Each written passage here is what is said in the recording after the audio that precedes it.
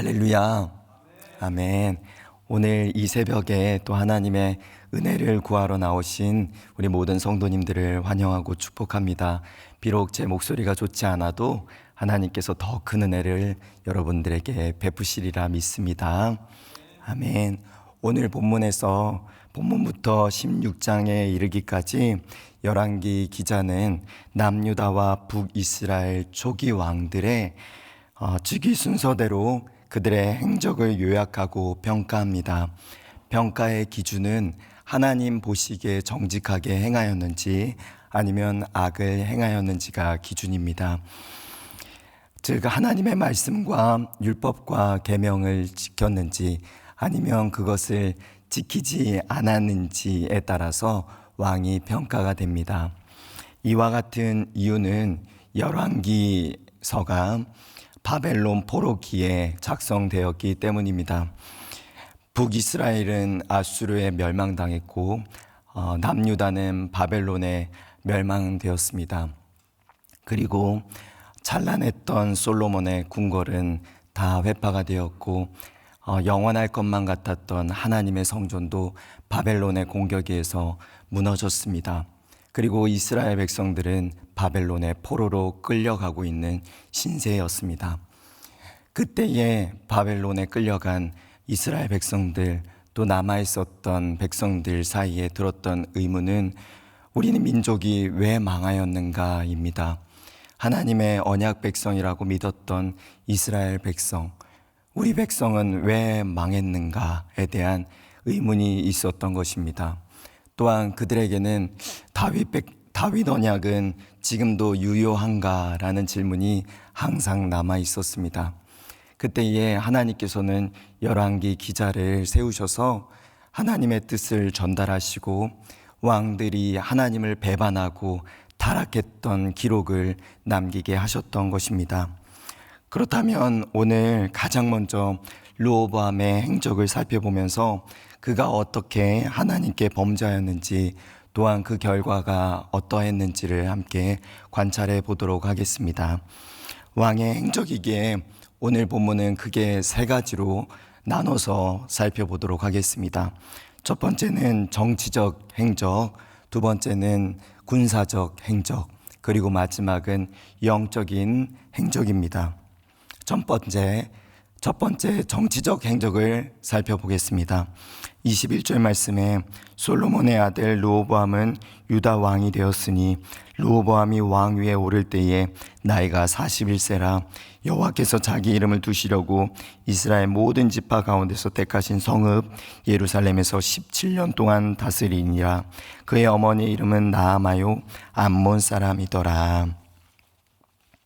르호보암은 유다의 왕이 되었습니다.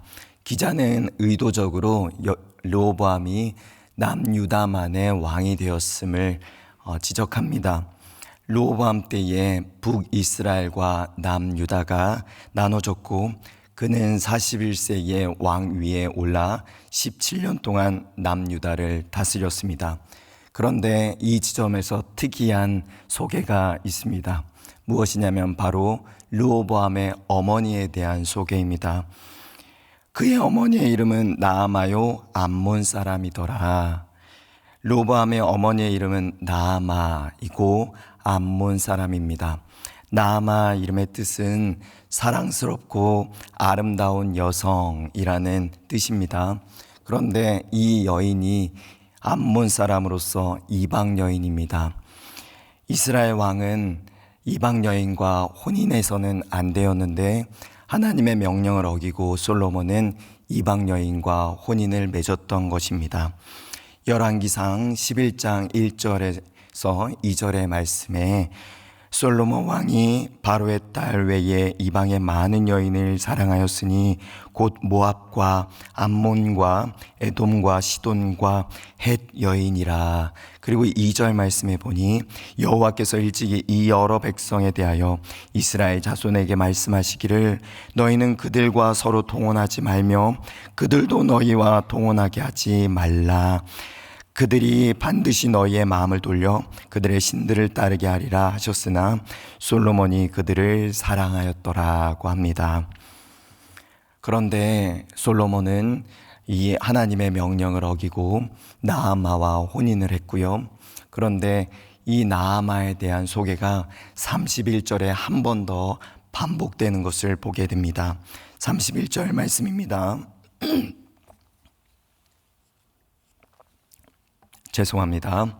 31절 르호보암이 그의 조상들과 함께 자니 그의 조상들과 함께 다윗성에 장사되니라.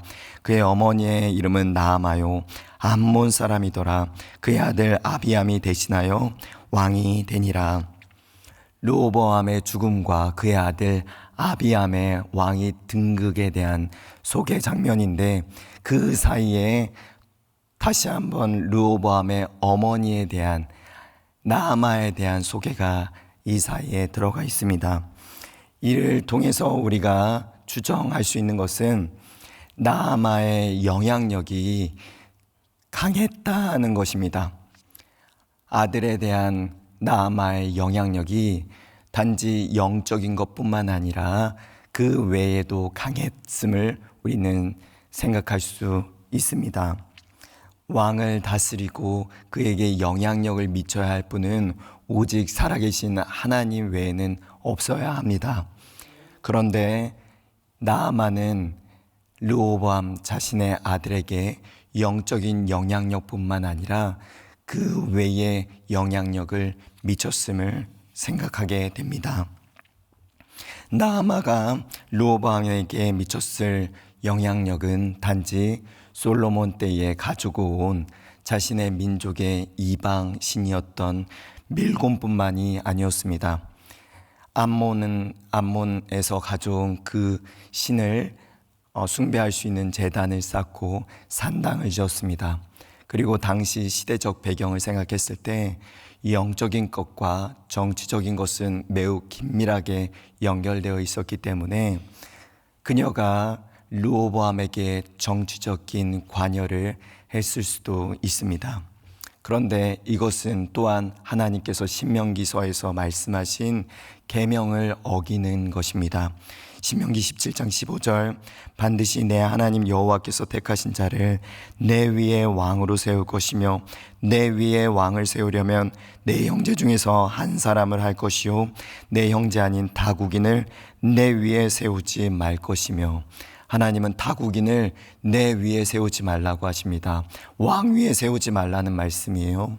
그런데 표면적으로는 나아마가 왕 위에 등극한 것은 아니지만 그에게 정치적인 영향력을 펼쳤다면 이 말씀을 위배한 거나 다름이 없습니다. 두 번째로 르호보암의 군사적 행적을 살펴보겠습니다. 본문 25절, 26절 르호보암 왕 제5년에 애굽의 왕 시삭이 올라와서 예루살렘을 치고 여호와의 성전의 보물과 왕궁의 보물을 모두 빼앗고 또 솔로몬이 만든 금 방패를 다 빼앗은지라. 르호보암은 애굽의 왕 시삭과의 전쟁에서 패하게 됩니다. 역대기 말씀을 참고해서 보면 르호보암이 나라가 견고하고 세력이 강해지니 그가 여호와의 율법을 버리고 온 이스라엘이 이를 본받았다고 합니다. 그때 르호보암 왕 5년 때에 애굽 왕 시삭이 군병을 데리고 와서 전쟁을 벌입니다. 이때에 병거가 1200대, 마병이 6만 명, 그리고 그와 함께 온 백성이 셀 수 없을 정도로 많았다고 합니다. 그러나 하나님의 선지자 스마야가 이에 대해서 르호보암에게 경고하였고, 르호보암은 이때 자신을 겸비하여서 하나님 앞에 쓰러지게 됩니다. 하나님 앞에 자복하게 됩니다. 그때 하나님은 그들에게 구원의 은혜를 베풀어 주십니다. 결과적으로 시삭은 예루살렘을 다 파괴하지 않고 성전에 또한 왕궁의 보물들을 가져가는 것으로 전쟁은 마치게 됩니다. 그때에 솔로몬이 만들었던 금방패가 다 빼앗기게 된 것입니다.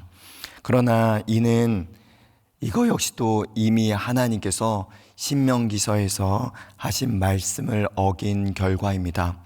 신명기 17장 17절 그에게 아내를 많이 두어 그의 마음이 미혹되게 하지 말 것이며 자기를 위하여 은금을 많이 쌓지 말 것이니라. 솔로몬은 신명기서의 말씀을 어기면서 자신을 위해 금방패를 만들었습니다. 열왕기상 10장 16절 17절 기록을 보면 솔로몬이 만든 금방패는 큰 방패가 200개, 작은 방패가 300개입니다. 지금 금 시세로 따져보니까요, 대략 1,500억에 이르는 돈으로 금을 사서 만든 것과 같습니다. 이 방패는 군사용이 아니라 솔로몬 자신의 위엄과 영광을 드러내기 위해, 그리고 또한 왕을 위한 의식 행사에 사용되었던 장식용 방패입니다. 솔로몬이 장식용 방패로 어마어마한 금을 사용한 것은 자신 안에 있는 교만함과 자신을 드러내고 자신에게 영광을 돌리게 하고자 하는 마음에서 비롯된 것입니다. 참 영원할 것만 같았던 솔로몬의 이 영광도 우주의 먼지와 같이 사라져 버렸습니다. 자신이 죽고 난 후 5년 만에 다른 민족에게 자신이 만들었던 방패가 다 빼앗겨 버렸습니다. 여러분, 얼마나 헛됨이 보이십니까? 얼마나 자신을 위해 쌓아놓은 재물이 이렇게 허무할 수 있겠습니까? 신명기서는 병마를 많이 두지 말고 또 자기를 위해서 은금을 많이 쌓지 말라고 하십니다. 그렇게 말씀하신 이유는 무엇일까요? 사람이 병마를 의지하여 전쟁에 나가지 말고 자신의 은금을 의지하여서 자신의 삶을 살지 말라는 것입니다. 그렇다면 누구를 의지하라는 말씀이십니까?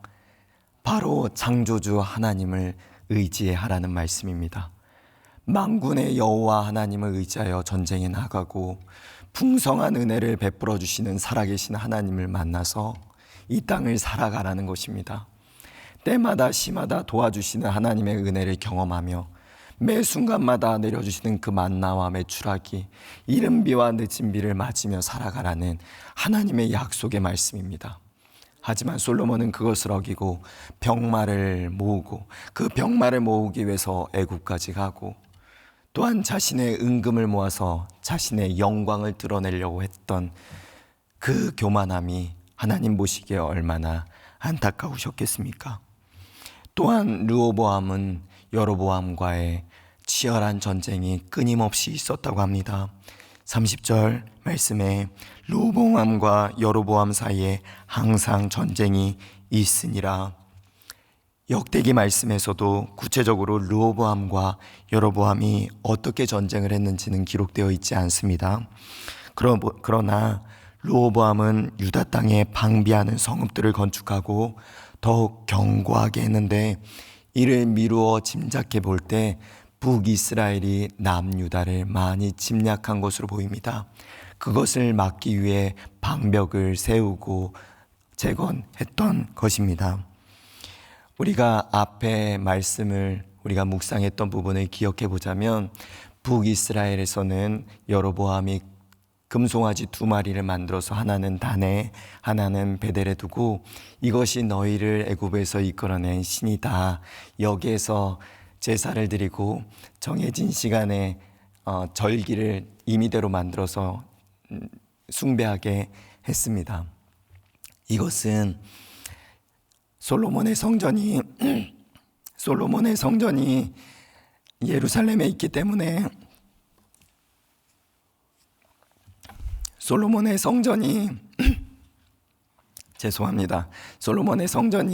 예루살렘에 있기 때문에 이제 다시 돌아오는 것 같습니다. 솔로몬의 성전이 예루살렘에 있기 때문에 북이스라엘 백성들이 계속 불만이 쌓이다 보니 이렇게 여로보암이 한 것 같습니다. 우리가 이 상황들을 미루어 생각해 볼 때 북이스라엘과 남유다 안에는 전쟁이 많이 있을 수밖에 없었다는 것을 보게 생각할 수 있습니다. 마지막으로 영적인 행적입니다. 그 행적을 22절과 23절에 요약하면서 강력하게 말씀합니다. 22절, 유다가 여호와 보시기에 악을 행하되 그의 조상들이 행한 모든 일보다 뛰어나게 하여 그 범한 죄로 여호와를 노엽게 하였으니 이는 그들도 산 위에와 모든 푸른 나무 아래에 산당과 우상과 아세라상을 세웠음이라. 24절 볼게요. 그 땅에 또 남색하는 자가 있었고 여호와께서 이스라엘 자손 앞에서 쫓아내신 국민의 모든 가증한 일을 무리가 본받아 행하였더라. 유다는 여호와 보시기에 악을 행하였다고 22절에 기록합니다. 그런데 역대기 말씀에 보면 르호보암이 악을 행하였다라고 기록해요. 이는 다윗의 언약을 어기며 하나님의 율법과 계명을 지키지 않았음을 말합니다. 그런데 그러한 악이 조상들이 행한 모든 일보다 뛰어났고 그로 인해 여호와를 노엽게 하였다고 합니다. 그리고 그가 저지른 영적인 죄악을 계속해서 기록을 하는데 23절에 보니 그들은 산 위에와 모든 푸른 나무 아래에 산당과 우상과 아세라상을 세웠습니다. 오늘 본문 21절에 보니까요, 하나님께서 예루살렘을 택하신 이유가 있는데요, 그 택하신 이유가 자기 이름을 두시려고 이스라엘 모든 지파 가운데서 하나님께서 자기 이름을 두시려고 택하신 성읍 예루살렘에서 라고 기록합니다. 여러분, 하나님께서 자기 이름을 두시려고 택한 예루살렘에 지금 누구의 이름을 두고 있습니까? 이방 민족입니다. 이방의 우상을 택하고 있습니다.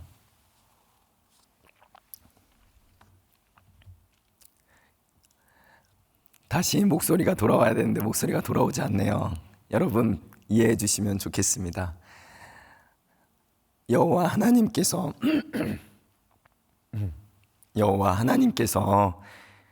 자기의 이름을 두시려고 했던 그 예루살렘에 오히려 유대 민족들은 이방의 이름을 두고 있는 것입니다. 이방의 우상의 이름을 두고 있는 것입니다. 여러분, 하나님께서 얼마나 안타까우시겠습니까? 심지어는 그 땅에 남색하는 자들이 있었습니다. 이는 우상을 기쁘게 하기 위해 매음 행위를 했던 하나님이 경멸하는 행위입니다. 더 나아가 여호와께서 이스라엘 자손 앞에서 쫓아내신 국민의 모든 가증한 일들을 무리가 본받아 행하였다고 합니다. 가증한 일은 원어로 하토 아보트입니다. 이는 혐오감을 일으키는 일이에요. 하나님께서 혐오감을 받게 하는, 하나님께서 혐오스러워 하시는 일이라는 뜻입니다. 그런데 이는 단지 제의적인 표현뿐만 아니라 도덕적으로 또 윤리적으로 매우 타락해서 더럽고 추악한 일을 뜻합니다. 그런데 이 더럽고 추악한 패습을 다시 가져왔고 심지어는 무리가 본받고 행하였다고 합니다. 여러분, 죄는 인간에게 전파력이 있습니다. 죄는 한 사람을 죄를 짓게 하는 것에서 멈추지 않고 공동체의 죄가 흘러 병들게 하고 심지어는 한 세대를 죄로 타락시킵니다. 깨끗한 물에 잉크 한 방울 떨어지는 비유 들어보셨죠? 그 물이 금세 더럽혀집니다. 하지만 더럽고 오염된 물에 잉크방울 하나 툭 떨어진다고 생각해 보세요. 여러분, 이미 더러워져 있기 때문에 잉크방울 떨어지는지 모릅니다. 하지만 그 안에 성질은 더욱더 악해지고 퍼져나갑니다. 여러분, 우리 인간은 죄인이기 때문에 이미 더럽고 추악한 그 자체입니다. 거기에 악이 떨어졌다 할지라도 그게 악인지 잘 보이지 않습니다. 하지만 그 악은 흘러 넘쳐 다른 사람에게까지 전파가 되고 공동체를 변질시키고 공동체를 타락시킵니다. 그러나 사랑하는 여러분, 이 시대에도 하나님께서 혐오하시는 죄를 인간들이 본받아 행하고 있는 것을 여러분 아십니까? 예를 들자면 지금 이 사회의 청소년, 청년 중에 빠르게 무신론자 또한 회의론주의자들이 늘어나고 있습니다. 물론 교회가 세상의 빛과 소금의 역할을 다하지 못하는 점도 있겠으나 무분별하게 하나님을 부정하고 성경의 권위를 무시하는 미디어의 영향도 크다고 봅니다.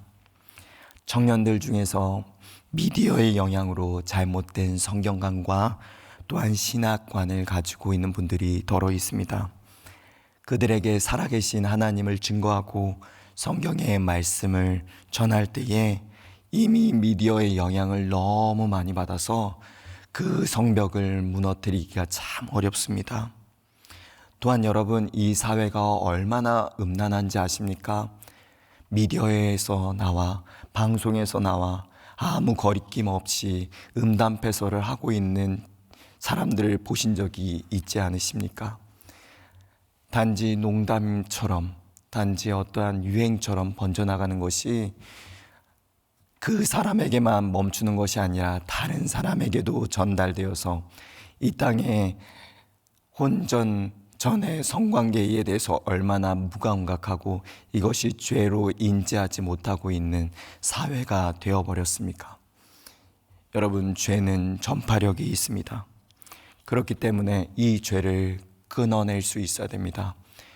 이 죄를 어떻게 인지하고 멈출 수 있겠습니까? 바로 우리 구주 예수 그리스도 외에는 죄가 죄인지 알지 못하고 이 죄를 어찌할 수 없는 게 우리 사람들입니다. 로마서 3장 23절에서 24절 말씀입니다.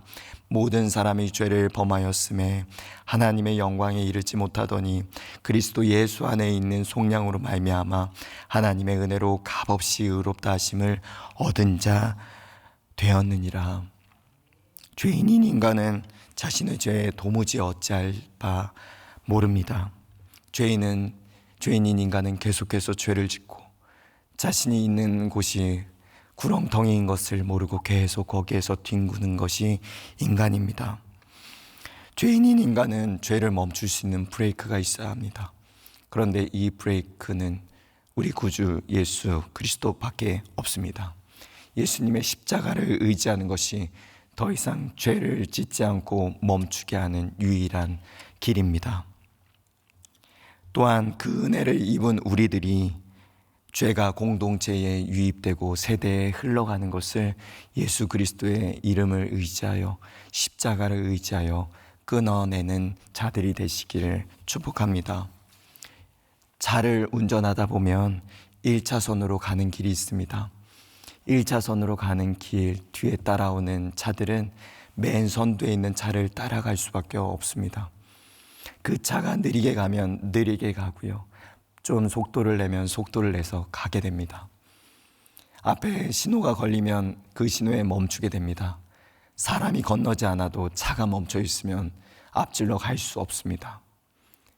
저는 우리 그리스도인들이 예수님을 선두로 따라가는 주의 자녀들이라고 믿습니다. 예수님이 가시면 따라가고, 예수님이 좀 천천히 가시면 천천히 가고, 예수님이 좀 빠르게 가시면 빠르게 따라가고, 초록불이라고 멈추면 멈추는 거, 아무 일도 없는데 멈추시면 멈추는 게 우리 그리스도인이라고 저는 믿습니다. 여러분 믿으십니까? 우리가 하나님께서 예수 그리스도의 제자된 우리를 세상 가운데 파송하셨다는 것은 여러분들 각자를 그렇게 선두에 두신 것입니다. 여러분들이 예수님을 의지하여서 천천히 갈 땐 천천히 가고, 빠르게 갈 땐 빠르게 가고, 초록불일 땐 멈추고, 뒤에 사람들이 여러분들의 거룩함을 보며 예수 그리스도를 발견하고 예수 그리스도와 함께 걸어가게 되기를 축원드립니다. 예수님을 의지하며 우리 안에 일어나는 교만함과 죄악들과 우상 숭배의 마음들, 하나님을 구주로, 예수님을 구주로 의지하지 않아도 된다라고 말하는 그 거짓말로부터 다시금 우리가 예수님을 의지하여 회개하고 자복하는 이 시간 되시길 축복합니다. 이 시간 함께 기도하시고 각자 가지고 나오신 기도의 제목을 가지고 기도하시다가 자리에서 일어나시겠습니다. 기도하시겠습니다.